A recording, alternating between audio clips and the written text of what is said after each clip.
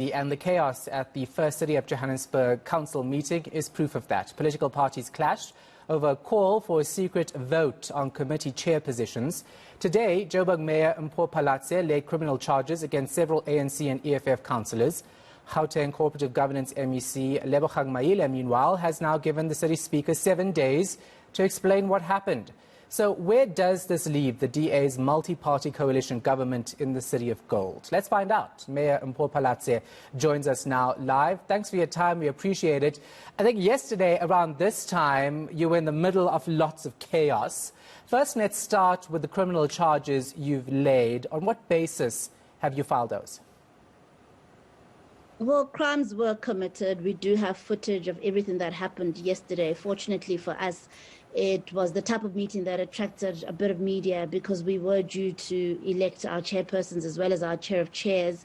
And so we had quite a few cameras in the council chamber, and we've managed to get hold of all the footage of what happened. Some of our councillors, yes, were assaulted. There are physical injuries. You can see them. I went with a few of them to the police station in Hillbrow today to lay criminal charges. All right, let's talk about the discontent over a secret ballot. The contention here is, of course, around the election of chairpersons for committees. And many political parties in the council, including the ANC and EFF, saying they want a secret ballot. Why are you opposing it? Well, first of all, this meeting was meant to be held last year. The MMCs were appointed on the 13th of December. After MMCs are appointed, you want to be able to hold them to account by appointing chairpersons of Section 79 committees. We would have loved to have that meeting in December, but the whips of the various parties decided they would like to first go on recess and come and appoint or elect those chairpersons in the new year, which we acceded to last year. Now, this meeting was set for the 13th of January. People knew about it all along. There have been several whippery meetings. These are meetings of the whip of council together with the multi-party whippery, where all the various political parties are represented. At no point did any one of those parties request a secret ballot. There's also precedence in our council where we've always done these votes by a show of hands. It's not the first time that we're voting in a chair of chairs or chairpersons of committees. Also, if you want to vote by secret ballot, there are certain considerations. You need to invite the IEC. They need to bring the necessary infrastructure for you to be able to run that kind of vote. That was not done because that request was not made in time. This meeting was already postponed. It's already too late. The executive has been running for just over a month now without any oversight, and we need to get on with the business of council. So you could see really yesterday that the ANC and the EFF were doing this as soon as they realized they did not have the numbers. They decided to disrupt the meeting. Are you worried that some of the members from the political parties are part of this coalition agreement might go rogue and vote in favor of the ANC and EFF if there is a secret ballot? Well, this is politics. Anything can happen in politics. You know what happened in 2019 when the DA-led coalition lost the city of Johannesburg. So yes, anything can happen. But the bottom line is that it was agreed by the multi-party whippery that this meeting would be held the way in which it was held. It was never raised at any given point that it should be held by a secret ballot. And so those preparations were made, and so it's quite it's surprising, you know, it's shocking and embarrassing, the kind of behavior that came yesterday. Let's talk about AlJamal. Where do you stand there? Because we interviewed them just recently and they were talking about you going ahead announcing that they were part of the multi-party coalition government, but they wouldn't stand with anyone or any party that had certain positions on Israel. So when we reached out to various political parties in an attempt to form a majority coalition government, AlJamal is one of the parties we reached out to. The councillor that we dealt with is a legitimate AlJamal councillor who participated in our negotiations all the way until the end, even attended the signing ceremony in Pretoria where the multi-party coalition government signed the coalition agreement. Now, it was this councillor that said AlJamal was willing to be part of the coalition and even gave us names of the councillors who were to be appointed or elected to the positions that we had offered AlJamal.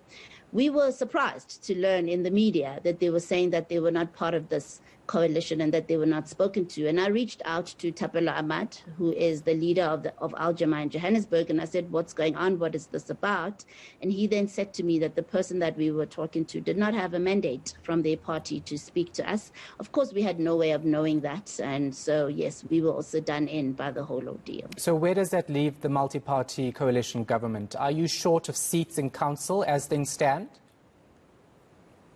No, we're not short of seats in council. Remember, as we started reaching out to parties, we looked for a 50% plus one multi-party coalition government, which would give us a majority in council. When you've secured a majority, it makes it easy for you to govern. You're able to pass budgets, business plans, etc., with ease, with relative ease. Now, we had 136 parties together with AlJamal and the APC with their one seat, but we also had challenges with the APC subsequent to our signing of the agreement. And so we found ourselves, yes, we were four seats short of the 136 that we would have liked to have.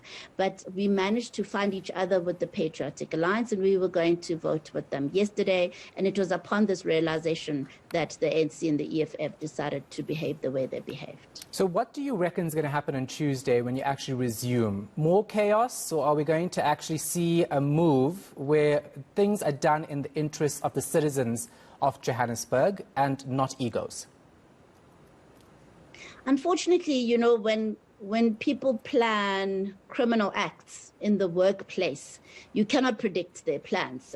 You know, we were victims of criminality yesterday. The city was a victim of criminality. What happened yesterday was an assault on our democracy and fair democratic process. So no, I don't know what's going to happen. But what we are doing is we are preparing ourselves, given the events of yesterday. The security cluster has met. We will be beefing up security to make sure that we're better prepared for this kind of eventuality. We hopefully we won't have to deal with what happened yesterday, but you just never know. And we realize where we are and who we are dealing with, and we realize that we do need to be prepared. Yeah. Are you then still very sure about the stability of this multi-party coalition government as well going into this?